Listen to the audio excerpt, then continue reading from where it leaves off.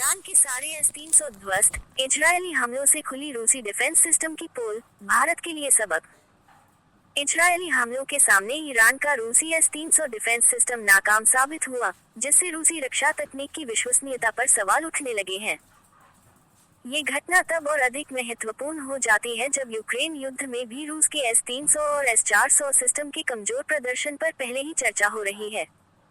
एक समय पर अमेरिकी पैट्रियट सिस्टम से तुलना की जाने वाली इस प्रणाली की हालिया घटनाओं ने इसकी क्षमता पर संदेह पैदा कर दिया है। 26 अक्टूबर को हुए इजरायली हमले में लगभग 100 से अधिक विमान शामिल थे, जिन्होंने ईरान के रक्षा ठिकानों पर भारी बमबारी की। रिपोर्ट्स के अनुसार, इस हमले में तेहरान के अंतर्राष्ट्रीय हवाई अड्डे और ईरानी रिवॉल्यूशनरी गार्ड के कई ठिकाने निशाना बने। इन हमलों ने ईरान के रूसी S-300 डिफेंस सिस्टम की कमजोरी को बेनकाब किया, क्योंकि सिस्टम इजरायली मिसाइलों को रोकने में पूरी तरह विफल रहा।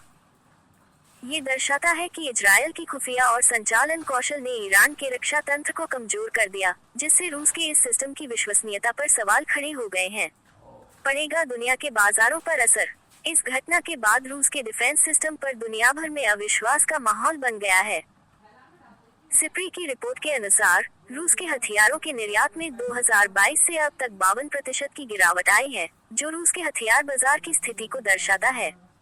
फर्स्ट पोस्ट की रिपोर्ट बताती है कि भारत लंबे समय से रूस पर अपने रक्षा क्षेत्र में निर्भर रहा है। अब भी इस मुद्दे पर गंभीर पुनर्विचार कर रहा है। भारत ने 2018 में रूस से $5.4 बिलियन की लागत से 5 S-400 सिस्टम खरीदे थे, जिनकी डिलीवरी में यूक्रेन युद्ध के कारण देरी हो रही है। ये देरी भारत की सुरक्षा मामलों में नई चुनौतियां पेश कर रही है। भारत ने अपनी सुरक्षा व्यवस्था में S-400 को शामिल किया है। हालांकि, भारतीय अधिकारी इजरायली हमलों के बावजूद अपनी रक्षा प्रणाली में विश्वास जताते हैं। भारत अपनी दीर्घकालिक रक्षा रणनीति के तहत स्वदेशी वायु रक्षा तकनीक पर भी काम कर रहा है, ताकि भविष्य में विदेशी तकनीक पर निर्भरता कम हो सके।